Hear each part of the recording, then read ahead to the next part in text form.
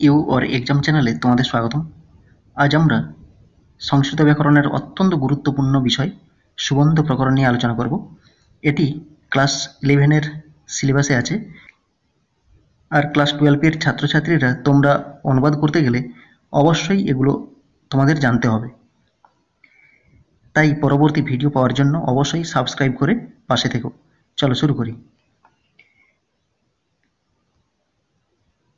Subanta, soup অন্ত সুবন্ত, এই সুবন্ত প্রকরণ সম্পর্কে জানতে গেলে আমাদের কতকগুলো বিষয় অবশ্যই জানতে হবে। যেমন বর্ণ কি? বর্ণ হলো ধ্বনির লিখিত রূপকে বর্ণ বলা হয়। ধ্বনি মানে আওয়াজ, আমরা যে কথাগুলো বলছি সেগুলোকে যখন লিখব তখন লেখার সময় যে হরফ বা রূপ ব্যবহার করব সেই রূপ বা হরফটাকেই বলা হবে বর্ণ। এই হরফ বা রূপগুলোকে প্রাচীনকালে কি করা হতো না, বিভিন্ন রঙের মাটি দিয়ে লেখা হতো।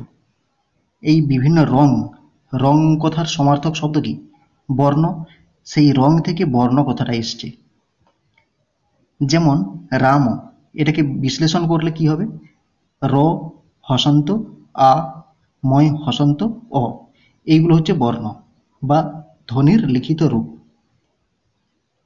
রাম হচ্ছে ধ্বনি, এই ধ্বনির লিখিত রূপটা হচ্ছে র আ ম অ, এইগুলোকে বর্ণ বলা হয়। এবারে শব্দ কি? শব্দ কাকে বলবো? কতকগুলো বর্ণ পাশাপাশি বসে যদি মনের ভাব প্রকাশ করে বা অর্থ প্রকাশ করে তাকে শব্দ বলবো। যেমন অন্ন, অ দন্তনায় হসন্ত, দন্তনায় হসন্ত অ, এগুলো হচ্ছে কি বর্ণ, চারটা বর্ণ। এই চারটা বর্ণ পাশাপাশি বসেছে, অ দন্তনায় দন্তন হয়েছে এবং এর একটা অর্থ আছে, অন্ন মানে ভাত, তাই একে শব্দ বলা হবে। যদি বর্ণগুলো পাশাপাশি বসছে কিন্তু তার কোনো অর্থ নেই, তাকে শব্দ বলা হবে না। এবারে দেখো, বাক্যে কি শব্দ ব্যবহার করা যায়? উত্তরে বলবো না, বাক্যে শব্দ ব্যবহার করা যায় না। কারণ কি? নাপদং শাস্ত্রে প্রযোজিত, অর্থাৎ যা পদ নয় তাকে কখনো বাক্যে ব্যবহার করা যাবে না। সোজা কথায় প্রথমে শব্দটাকে কি করতে হবে? পদ করে নিতে হবে। পদ করার পর তাকে বাক্যে ব্যবহার করতে হবে। তাহলে পদ কাকে বলবো? পদ হচ্ছে সুপ তিনন্তং পদম, অর্থাৎ সুপ বিভক্তি ও তিন বিভক্তি যুক্ত শব্দকে পদ বলে। অর্থাৎ শব্দের সঙ্গে সুপ বিভক্তি এবং ধাতুর সঙ্গে তিন বিভক্তি যুক্ত হলে তাকে পদ বলে। সুপ বিভক্তি কি? শব্দ বা প্রাতিপদিকের পরে যা যুক্ত হয় তাকে সুপ বিভক্তি বলা হয়। শব্দ বা প্রাতিপদিকের পর যেটা যুক্ত হবে সেটাই হচ্ছে সুপ বিভক্তি। যেমন নর, নর কি? শব্দ, আর সু, সু হচ্ছে কি একটা বিভক্তি, নর যুক্ত সু নরহ। এবারে প্রাতিপদিক কি? প্রাতিপদিক হচ্ছে অর্থগত ধাতুর প্রত্যয় প্রাতিপদিকম, অর্থাৎ অর্থযুক্ত অধাতু ও অপ্রত্যয়যুক্ত শব্দকে প্রাতিপদিক বলে। মানে কি? অর্থযুক্ত, অর্থযুক্ত শব্দ হচ্ছে প্রাতিপদিক। অধাতু মানে যেটা ধাতু নয় সেটা হচ্ছে প্রাতিপদিক। অপ্রত্যয়, অপ্রত্যয় মানে যেটা প্রত্যয় নয় সেটাও প্রাতিপদিক। আবার কৃত্যুদ্ধৃত সমাসাশ্চ, অর্থাৎ কৃত প্রত্যয়ান্ত শব্দ, তদ্ধিত প্রত্যয়ান্ত শব্দ এবং সমাস নিষ্পন্ন শব্দও কি প্রাতিপদিক।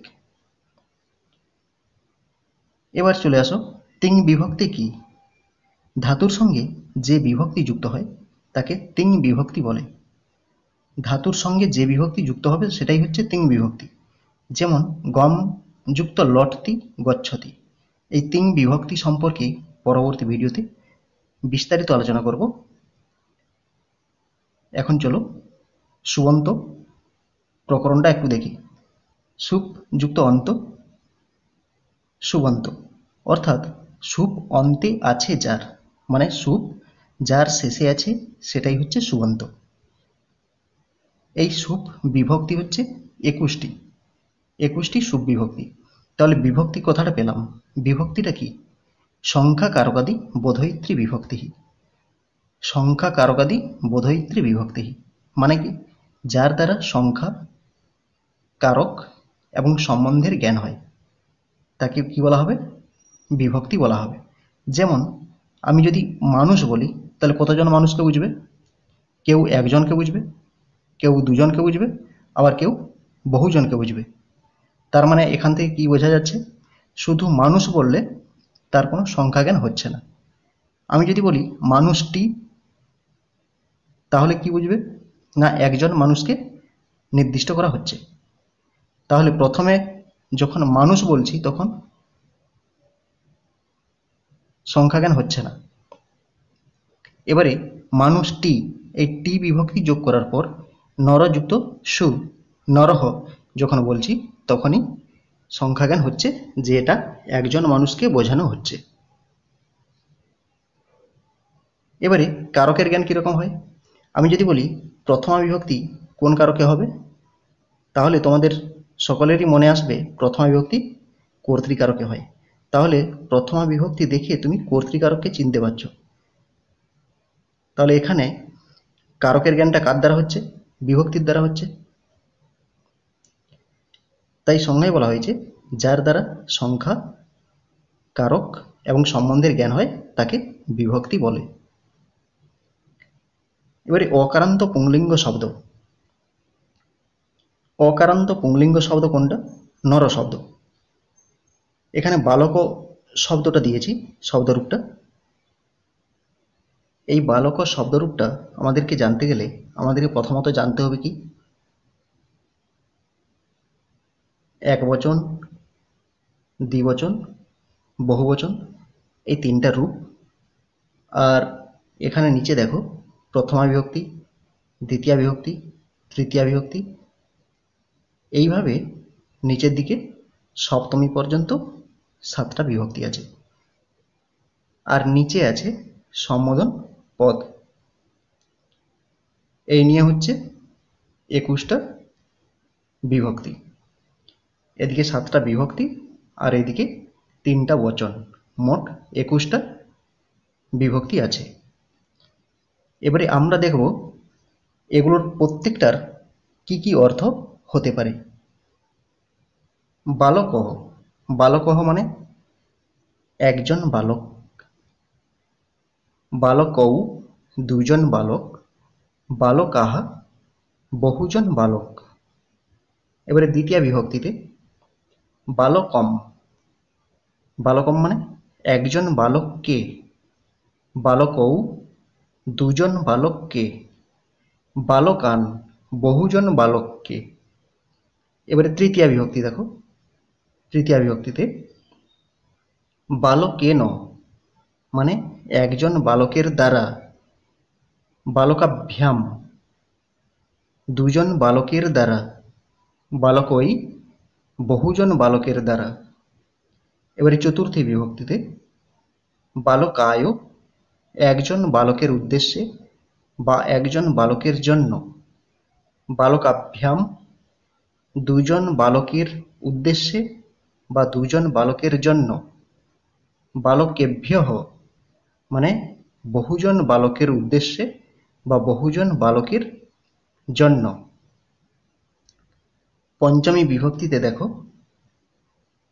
বালকাৎ মানে একজন বালক হইতে, বালকাভ্যাম দুজন বালক হইতে, বালকেভ্যঃ বহুজন বালক হইতে।